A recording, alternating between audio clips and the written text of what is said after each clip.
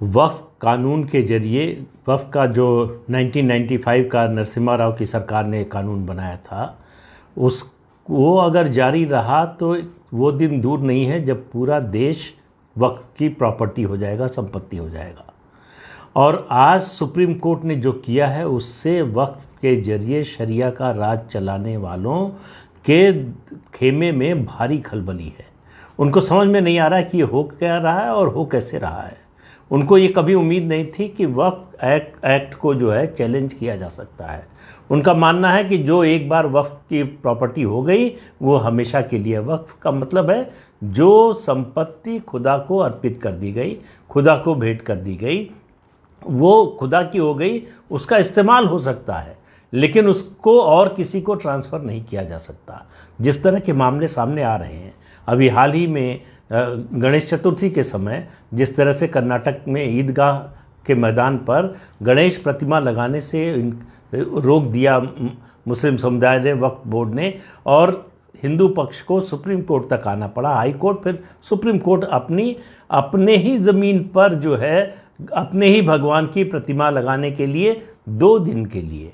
तो इससे आप अंदाज़ा लगाइए। अभी तमिलनाडु के एक गांव की घटना सामने आई है जहां गांव की 90% ज़मीन जो है वो घोषित कर दी गई है वक्फ की।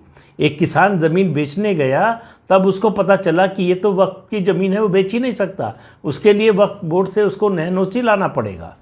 उसके अलावा इतने तक गनीमत नहीं रही, उसके अलावा हुआ ये कि 1500 साल पुराना मंदिर भी वक्फ की संपत्ति हो गई। आपको पता है देश की राजधानी दिल्ली, यहाँ की 70% ज़मीन वक्फ की ज़मीन है जिसको किसी को ट्रांसफ़र नहीं किया जा सकता, बेचा नहीं जा सकता। तो इसके ज़रिए ये जो 1995 का कानून बना था, दरअसल ये मुसलमानों को खुश करने के लिए कांग्रेस पार्टी ने बनाया था।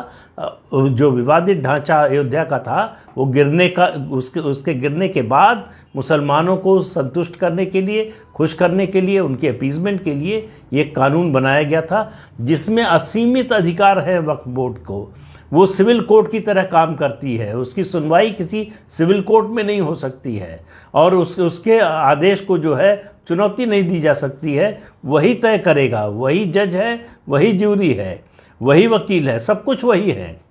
अब सुप्रीम कोर्ट ने आज ही कहा है कि इस कानून की संवैधानिक वैधता पर वो विचार करेंगे कि ये संविधान की कसौटी पर खरा उतरता है कि नहीं।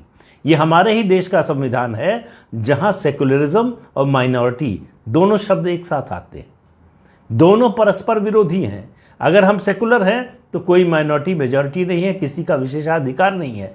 किसी धर्म के मानने वालों को विशेषाधिकार सेकुलर स्टेट में नहीं मिल सकता, लेकिन भारत में ये 75 साल से हो रहा है और चल रहा है और इसको और बढ़ावा दिया जा रहा है। संविधान की जो व्यवस्थाएं हैं वो दरअसल माइनॉरिटी को ज़्यादा एग्रेसिव बना रही हैं।